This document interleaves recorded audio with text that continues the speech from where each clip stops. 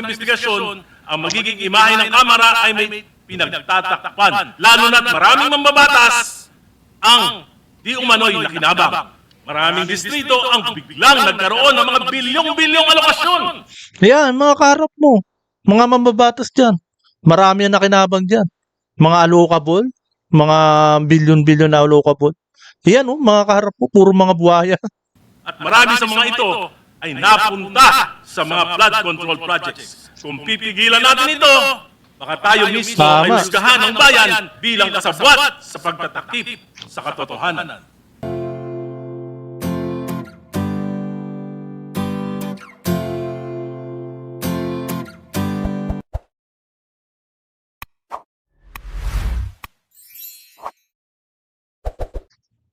Ayan, at heto na nga, mga kapads press at mga kababayan.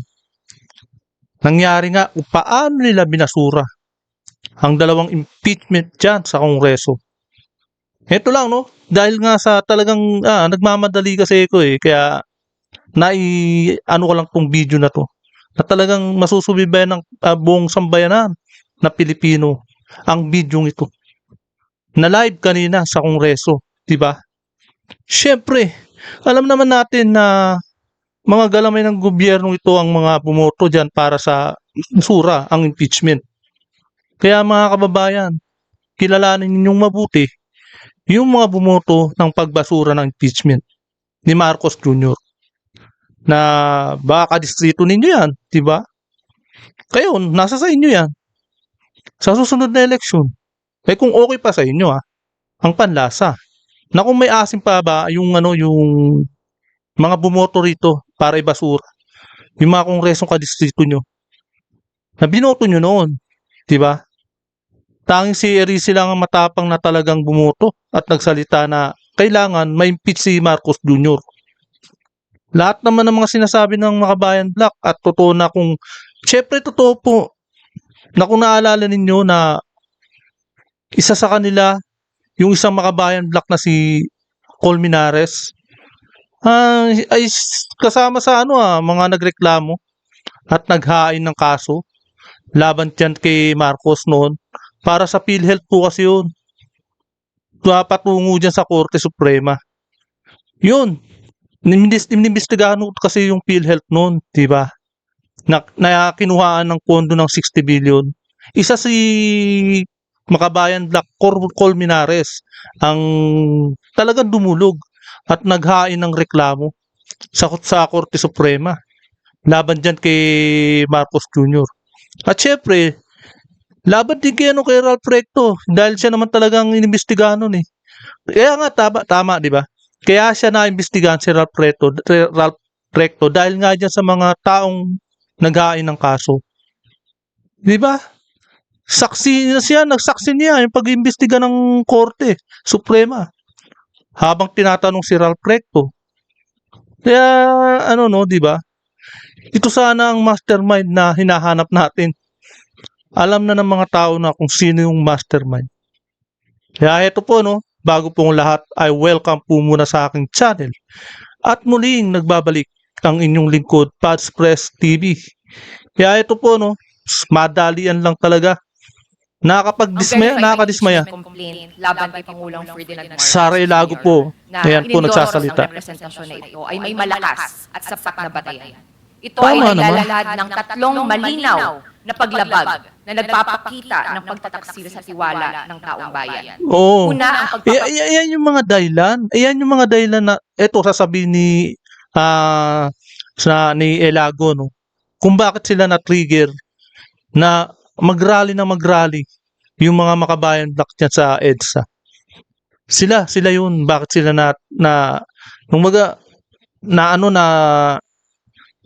nalakas ang loob nila kung bakit sila nagrarally dyan.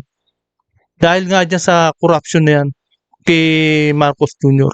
tupad ng baseline balance managed parametric formula na may basbas ng Pangulo sa paggawa ng pambansang budget. Ginawa itong paraan para gawing lehitimo at nasa disenyo mismo ang political patronage at corruption. Sinasabi mismo sa formula na isa sa alang-alang nito ang priorities of leaders. Ibig sabihin, ang pambansang budget ay hindi naaayon sa pangangailangan ng mamamayan. Hindi po iyon ang nauuna. Kundi, ang nauuna ay yung gusto ng mga nasa kapangyarihan. Pangalawa, ang pag-abuso sa Ingat din sa pagsasalita si Ilago eh. Ang ganda-ganda ng mga banggit niya. Kasi yung mga kaharap niya, yun yung mga kasabwat. Yun yung mga buhaya dyan sa Kongreso na nakinabang dyan sa pera ng GAA 2025. Iyan yung mga yan, kaharap niya. presidential discretionary powers sa unprogrammed appropriations. Bilyon-bilyon, lalo na ang 89.9 billion pesos mula sa pondo ng PhilHealth na para sana sa kalusugan ng mga may hirap at mga nangangailangan ay ginamit sa mga proyektong may anomalies tulad ng mga flood control na overpriced o ghost projects. Ang Pangulo at tanging ang Pangulo lamang mismo ang may kapangyarihan na tuluyang mag-authorize ng release ng 213 billion pesos na unprogrammed appropriations na naging balon ng malawakang korupsyon. Kaya ito ay malinaw na pagtataksil sa tiwala ng taong bayan. At pangatlo, Madam Chair, ang complaint ay nagsasabi na direktang kasangkot mismo ang Pangulo. Ang mga gawain ito ay sakop ng malawak na batayan ng betrayal of public trust. At ito ay usapin na pangunahing nakakapudpod ng integridad sa pinakamataas na posisyon at opisina dito sa ating bayan. Kaya't naninindigan kami, ang impeachment complaint na ito ay may sapat na substansya. Ang trabaho ngayon ng komite na ito ay kilalanin na nararapat itong imbestigahan at magkaroon tayo ng hearing kung saan malalantad pa ang katotohanan at magkaroon ng tunay na pananagutan. Oh, yan kasi pagkakataon ng taong bayan na makita kung gaano kalaganap na ang corruption. Kasi pag naimbestigahan yan, maraming, alam naman natin, maraming kasabwat, maraming madadamay. Iyan yung talagang, yung purpose ng impeachment. Marami pa yung makakaladkad na pangalan. Hindi lang sa mababang empleyado ng DPWH hanggang sa Malacanang aabot yan. Dadaanan nilang kongreso. Samantalang yung kaharap ni Sara Ilago puro yan na yung mga kasabwat. May mga bahid grabe. Dapat kilalanin ang bantayan ng reklamo ito, nararapat na dinggin ang hinaing ng taong bayan. Sapat na ang bantayan, dapat na itong aksyonan. Maraming Dapat. salamat. Dapat aksyonan. Thank you, Honorable Ilago. That completes the manifestation of position of the endorsers of Masa et al. Impeachment complaint. At this juncture, we are eliciting the comments, opinion, positions of the members of the committee with respect to the sufficiency in substance of Masa et al. Complaint. Madam Chair. The Honorable Nagbas, then Honorable Erice. Thank you, Madam Chair. Madam Chair. Ayan po, Good morning. kilala naman natin tong si Erice, di ba? Siya yung talagang unang nagbulgar at nagparamdam na may impeach talaga si Marcos Jr. Kumbaga nakarang taon pa lang 2025 pa lang Malakas ng ugong-ugong Tsaka malakas na yung malakas na yung panawagan niya tungkol sa corruption. Dahil sa mga plenaryo na diyan sa Kongreso sa plenaryo, nagsasalita na siya, di ba? Yan, Tapos kung tuloy po natin. masusurin ang impeachment complaint na inihain nila Lisa Largosa Masa et al. Laban kay Respondent President Ferdinand Marcos Jr. Malinaw sa akin na ang reklamo ay sufficient in substance. Malinaw talaga. Batay sa pamantayan ng prima facie sufficiency. Linawin natin. Hindi pa natin nahatulan ang Pangulo. Ang tanong lamang ngayon na ito, kung mapapatunayan totoo ba ang aligasyon, may nagawang impeachable offense ba ang Pangulo? Ang sagot, oo. Ang reklamo ay hindi puro opinyon o konklusyon. May malinaw, tiyak Hindi at naman, verifikableng tama. mga katotohanan.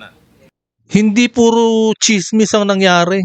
Kalat na sa buong mundo Isang malinaw na halimbawa, ang malubhang kapabayaan ng Pangulo sa pagpayag na salaulain ang pambansang budget ng kanyang mga kaalyado. Daan-daang bilyong piso ayon mismo sa reklamo. Pinayagan ang insertions, diversions at manipulasyon. At sa kabila nito, nilagdaan at ipinatupad ang paglalabas ng mga pondong ito. Ayon sa reklamo, pinahintulutan at nilaglaan ng Pangulo ang paglalabas ng bilyong pisong unprogrammed appropriations, mga pondong walang tiyak na pinanggagalingan na ginamit umano sa ghost projects, substandard Ghost project. infrastructure projects, at maanumalyang flood control. Hindi ito simpleng pagkukulang, ito ay systematic acts na tuwirang pumapasok sa betrayal of public trust. Ang reklamo rin ay malinaw na nagsasaad na pinayagan ng Pangulo ang paggamit at pag-divert ng pondo mula sa PhilHealth, PDIC at Foreign Assisted Projects Appropriations na nagdulot ng malalaking pagkaantala sa mga flagship projects ng ating bansa, Metro Manila Subway, PNR Elevated Rail at iba pa. Ang epekto nito, bilyong-bilyong pisong nawala dahil sa commitment fees, penalties at price escalation. Ito ay tunay na perang nawala, tunay na oportunidad na nasayang, at tunay na pasaning ipinapataw sa mamamayang Pilipino. Ang reklamo ay malinaw na sumasagot sa mga batayang tanong. Sino ang gumawa? Ang Pangulo. Ano ang Ang ginawa? Pangulo, Pinayagan syempre. at nagdaan ng budget, manipulation at anomalous releases. Kailan? 2023, 2024, at 2025 GAA. Paano? Kaya nga kung total ninyo, yung 23, 24, 25, trilyon na po ang naukulimbat ng mga politiko dyan. Lahat-lahat na yung total. Ang laki, di ba? Trilyon. Sa trilyon na yun, imagine, sa trilyon na yun, ayos na ang subway. Sa trilyon na yun, ayos na rin ang PNR. At marami pa. Mga building ng eskwelahan, dyan sa DepEd. Ang laki, ang dami ng ang dami ng mapapatayong building para sa eskwelahan. At syempre, pag sinuwerte-swerte nga naman, magkakaroon ng bahay yung mga mahihirap. Hindi na natupad yun. Dahil sa mga ambisyon ng pinsan ni Marcos. Isa yun sa mga talagang nagpasira sa ating bansa. Yung ambisyon niya maging presidente. Kaya ginastosan niya yung impeachment ni Inday Sara. Gumastos sila dyan. Ang laki rin. O saan ang galing yun? Di ba sa GAA 2025? O di kasama na rin yun sa trilyon na nawawala. Sa pag-aproba ng releases at kabiguang pigilan ang diversion ng pondo. Higit sa lahat, may direktang ugnayan ang mga gawain ito sa impeachable offense na betrayal of public trust. Ang mga aligasyon ay grabe. Tinatamaan Grabe ang talaga. public interest, sinisira ang constitutional order at pinawasak ang tiwala ng mamamayan sa pamahalaan. Kung mapapatunayan totoo ang mga ito, may nagawang impeachable offense ang Pangulo. Yan lang ang dapat nating pagpasyahan sa yugtong ito. Dapat bigyan ng pagkakataon ang mga nagrereklamo na magharap ng mga ebidensya, magsumite ng mga sworn statements at mapatunayan ang kanilang mga aligasyon. Kasabay nito, dapat ding bigyan ng pagkakataon ng Pangulo na ipagtanggol niya ang kanyang sarili. Ito ay hindi pag-uusig. Ito ay due process. Ito ay Due process, justisya tama. para sa nagrereklamo, para sa Pangulo, at higit sa lahat, para sa mamamayang Pilipino na may karapatang malaman, pinabayaan ba? May ginawa bang kasalanan? Pinagnakawan ba tayo? Kapag pinatay ang investigasyon, kung pipigil Tama naman yung due process eh. Kumbaga ilahad naman at ipagtanggol naman ni PBBM yung side niya. Kaya nga hihingin yung side niya dyan para may paliwanag niya kung tama ba na may ginawa siyang mali o tama ba na may ginawa siyang kabalastugan o corruption. Magpaliwanag siya dyan. Dyan sa Committee on Justice. Yan yung due process. Hindi kagaya kay Inday Sara na ginawa nila ng kabalastugan. Hindi man lang pinakinggan yung side ni BP Sara. Kaya sila na nabasura ng ng Korte Suprema eh. ang kumiting ito ang pag-usad ng investigasyon, ang magiging imahe ng Kamara ay may pinagtatakpan. Lalo na't maraming mambabatas ang di umano'y nakinabang. Maraming distrito ang biglang nagkaroon ng mga bilyong-bilyong alokasyon. Ayan, mga kaharap mo. Mga mambabatas dyan. Marami ang nakinabang dyan. Mga allocable. Mga bilyon-bilyon na allocable. Ayan, mga kaharap mo. Puro mga buhaya. At marami sa mga ito ay napunta sa mga flood control projects. Kung pipigilan natin ito, baka tayo mismo ay Tama. husgahan ng bayan bilang kasabwat sa pagtatakip sa katotohanan. Lalo Matagal bang na. Alam nyo no, di ba? Patagal nang sirang-sira ng institusyon niya ng Kongreso. Yung kredibilidad ng Kongreso, matagal nang sirang-sira. Simula nung itayo nila ang Quadcom at Tricom. bagsak sa tiwala sa gobyerno, magpapahinya ng ekonomiya, magpapalayas ng investors, magpapawala ng trabaho at magpapalalim ng kahirapan. At sa susunod na tagulan, sa bawat baha, sa bawat dilubyo, sa bawat buhay na malalagas, tayo ang sisingilin ng mamamayan. Madam Chair, hindi natin dapat katakutan ang katotohanan. Ang dapat natin katakutan ay ang pagtatakip dito. Payagan natin umusad ang investigasyon. Hindi para sa Pangulo, hindi para sa atin, kundi para ipagtanggol ang konstitusyon ng Republika. Maraming salamat. Ayan. Ayan po, no, yung actual na pagbobotohan nila. Ayan na. With a vote of Insufficient o substance, 42 di ba? in favor of the motion, 1 against the motion, and 3 abstain, the chair therefore declares the impeachment complaint of De Jesus insufficient in substance. Yan. Unang complaint yan, di ba? Unang At this juncture, impeachment complaint. the chair is ready to hear the motion. Yung kay De Jesus, na basura po, insufficient po ang sinabi. Ang dami bumoto na insufficient. Na talaga namang, ewan ko ba kay, hindi niya pinaliwanag ng gusto eh. Marami ang nagtanong dyan tungkol dyan sa De Jesus na yan. For the declaration of sufficiency in substance of Masa et al. Ayan na, yung Makabayan Black. Yung hinahain ng The Makabayan Honorable Black. Erice is recognized. Madam Chair, I move that we declare the Masa complaint as sufficient in substance. So move, Madam Chair. There is a motion to declare the Masa et al. Impeachment complaint sufficient in substance. Is there any second? Who seconded? The Honorable De Lima seconded. Is there any objection? I object. The motion has been objected to. We therefore divide the House. Let me restate. The motion is to declare Masa et al. Impeachment complaint sufficient in substance. Those who are in favor of the motion, please raise your right hand. Sufficient. Yan yung nagsusulong. Ibig sabihin, agree sa impeachment ni BBM. Yang kasulukuyang tumataas ng kamay na yan, You may mga put down agree your yan, hands. na ma-impeach si Those Marcos who Jr. are not in favor of the motion, please raise your right hand.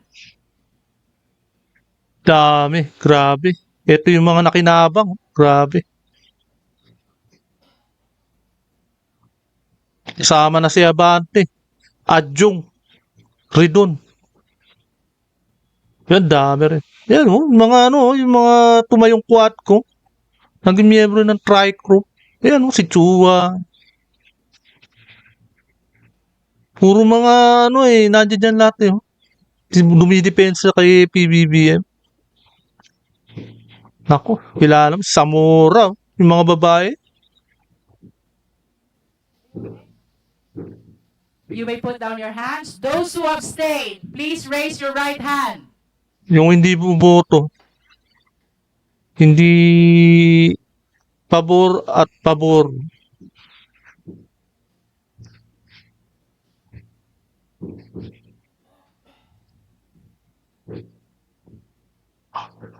Malamang sa malamang, malaking pera na naman to. Ikaw, tumaas ka ng kamay sa akin para ibasura ang impeachment. Okay, sige. Pera-pera lang.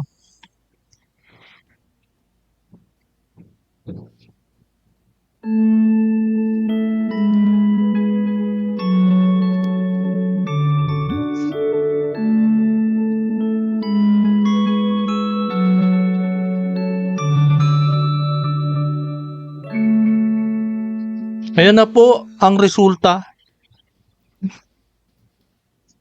with vote Itong dalawang gilid sa babae, yan, mga katabi in niyang babae favor of the ni motion, Luis Ro.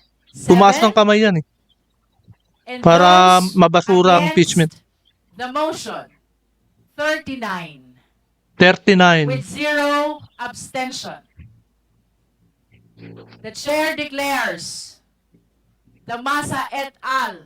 Impeachment complaint insufficient in substance. Patayari. Kaya na po, no?